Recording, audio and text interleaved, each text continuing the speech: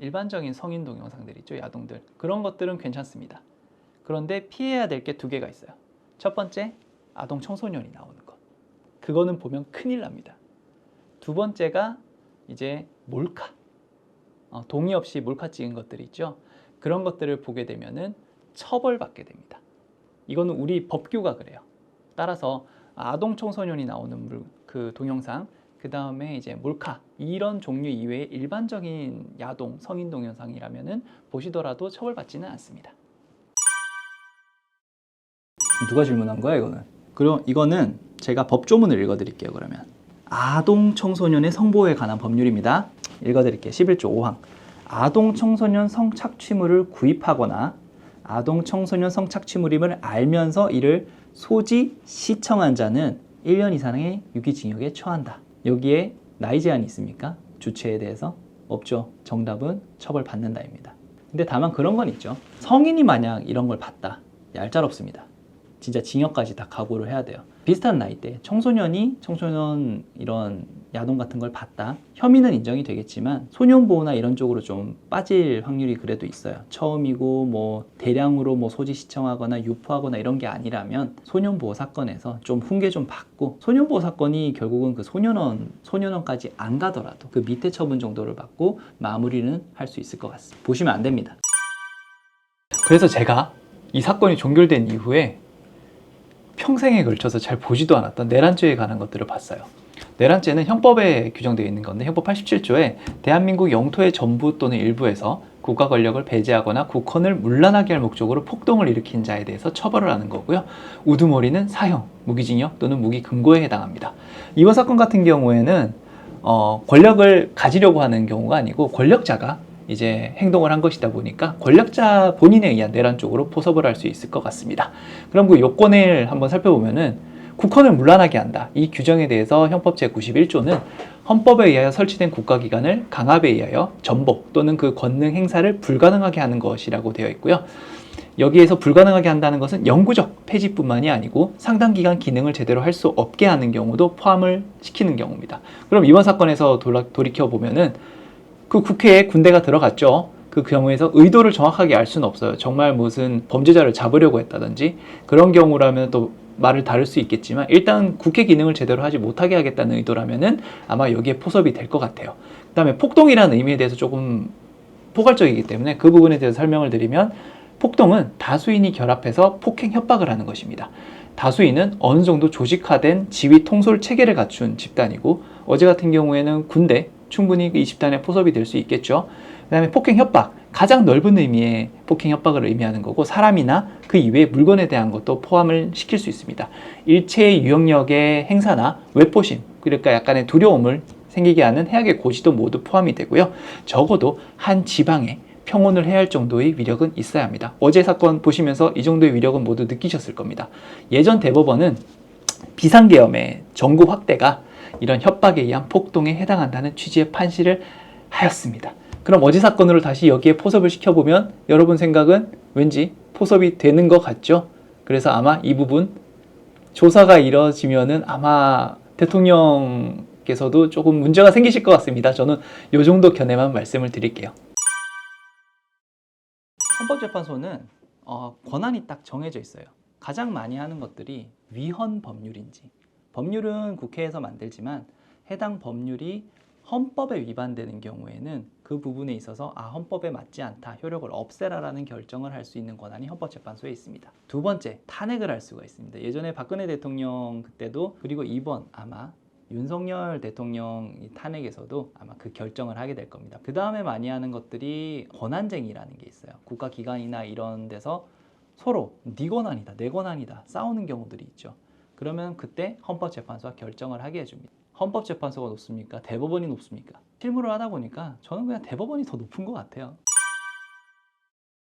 문제 없어요. 그게 언제 문제가 되냐면은 술빵 먹고 있는 상태에서 바로 불었을 때, 그때는 수치가 많이 높게 나올 수가 있는데, 보통 음주 측정하기 전에는 다 입을 헹굽니다. 물로 입을 헹구고 이렇게 하기 때문에 그때 뭐 지금 우리가 혈중 알코올 농도 0.03 이상을 말하는 건데 그 이상으로 나올 확률은 없습니다.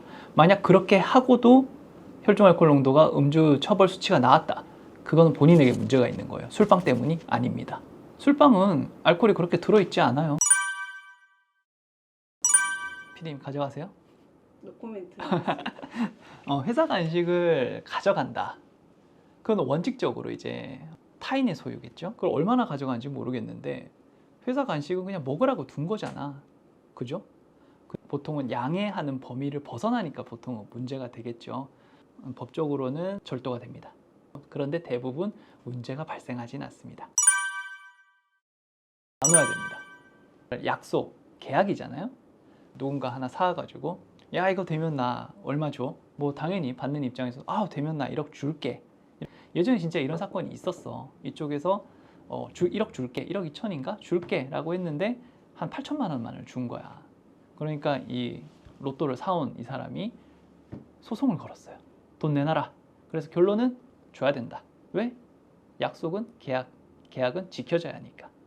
그럼 머리 아프지. 말했던 사건에서는 아마 인정을 했던 것 같아요. 아니면은 주변에 다른 사람이 있어가지고 그때 두 사람이 그렇게 약정을 했다. 증거가 있었겠죠. 그런데 만약 그렇지 않고 그런 약속 자체의 존재를 입증할 수 없다면 누가 입증해야 되죠? 그걸 청구하는 쪽에서 입증을 해야 됩니다.